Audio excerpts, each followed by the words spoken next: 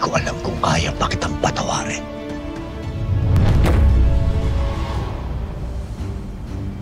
Pero tama ka.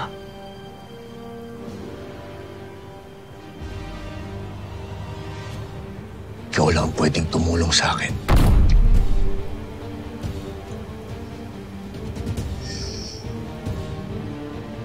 Kaya tulungan mo akong gumanti. Tulungan mo akong upusin ang lahi nila, Emilia. Sinisigurado ko sa'yo, anak. Gagawin ko ang lahat. Maghihiganti tayo.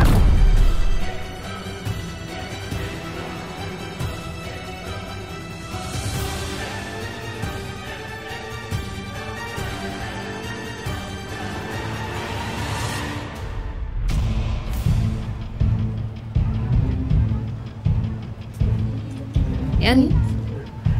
Pangit naman para mo. Wala mo lang kapare-pareho. Eh, paano hindi pa pangit? Ang baho nung kamay nung nagbabalasa. Mali ba yung tapon mo? Paano ka manalo niyan? Ang baba lang. Ikaw na lang kaya maglaro, ano? Teka lang. Langya ka? Ito yung perang hiniram mo kay Aling Remy?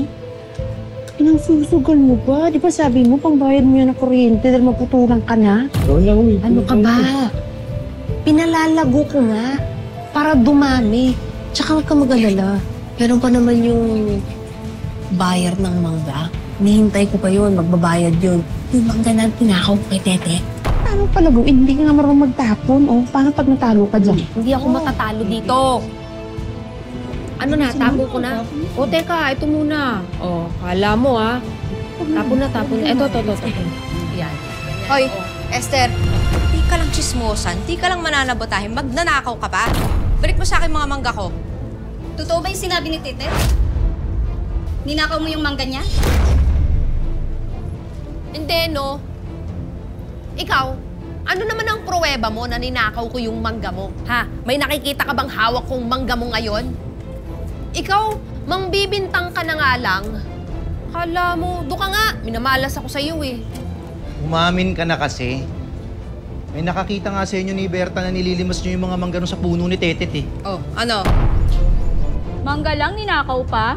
Desperada na yata sa Esther. Ganyan talaga kasi wala ng pera. Ang lakas ng loob pa magsugal. Manahimik nga kayo. Hanggang dito lang yung usapan, no?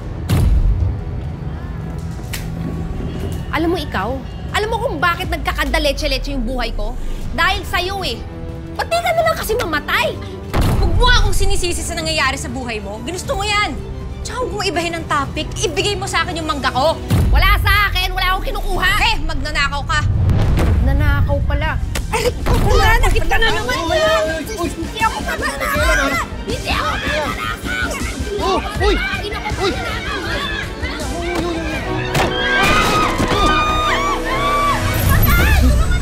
Patay! Marta! Marta! Asawa ko!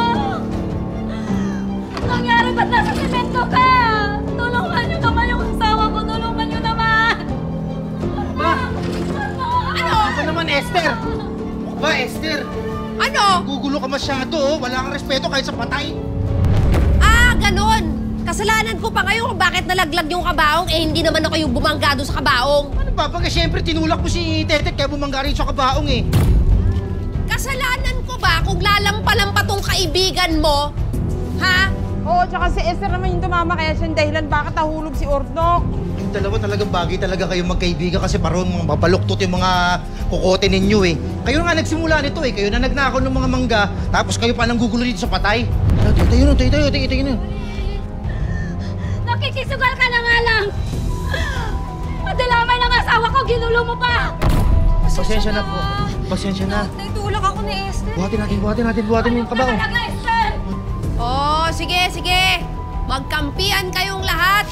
Kung gusto mo, pati ang patay. Sama niyo sa pagiging kakampi niyo eh. Wala talagang kakampi sa'yo dito sa lugar natin dahil sa sama ng ugali mo. Ah, talaga? Ikaw ang yabang mo rin eh, no? Porket nanalo ka lang ng Miss Palengkembo, akala mo kung sino ka ng reyna dito. Bakit? Sino ba yung sumugod dito sa burol para manggulo at mang-away? Di ba ikaw? O, eto, sa'yo na yung bulaksak. Sobra ka na, ha? Ito, yan! Yan! Corona mo! Ano, masaya ka na. Huwag ka makikialam dito, Berta. Sasapakin kita. Itong tatandaan mo, papatunayan ko na ikaw ang nagnakaw ng mga mangga ko.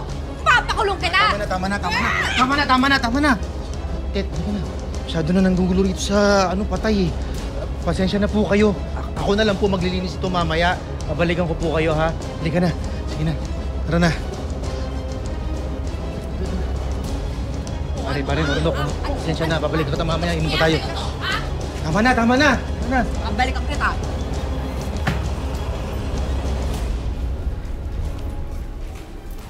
Ikaw naman, di ka man lang tumulong. Nabigla nga ako eh. Tsaka sasapakin daw ako pag nangialam ako. Nabigla, so nanigas ka. Ano ka, patay? Gusto mo ipasok kita doon sa loob ng kabaong?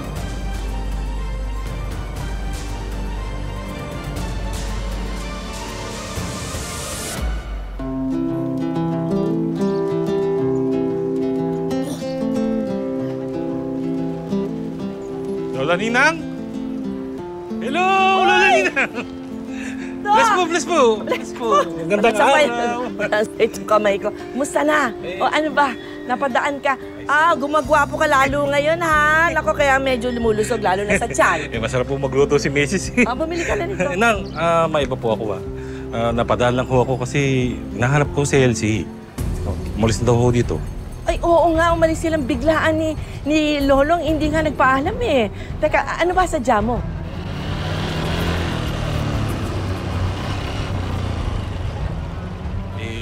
Nang, pasyente ko siya nung nakaraan eh.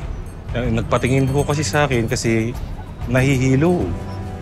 Hindi na ho nabalikan tong resulta ng test niya. Test? Dahil hindi naman kayo iba sa akin at sa kanya, sa inyo ko na lang ho iiwan. Oo.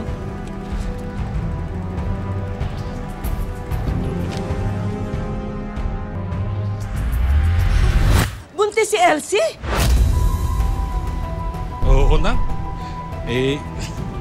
Hindi ko na kayo napuntahan eh. Kasi ho, hindi ko pa rin po makakontak si Elsie, kaya ho, sa inyo na ako dumiretso. 2 buwan na hong buntis si Elsie. 2 buwan? Kasi boss ang iba ng ama. Lola Ninang, sa atin lang ho ito Balisa ho si Elsie doon. Tapos, bigla na lang siya umalis sa opisina ko. Ayun, bigla ako nag-alala. Nag-aalala ako dahil baka hindi niya alam na buntis siya. Oo nga. Kailangan alagaan niya sarili niya.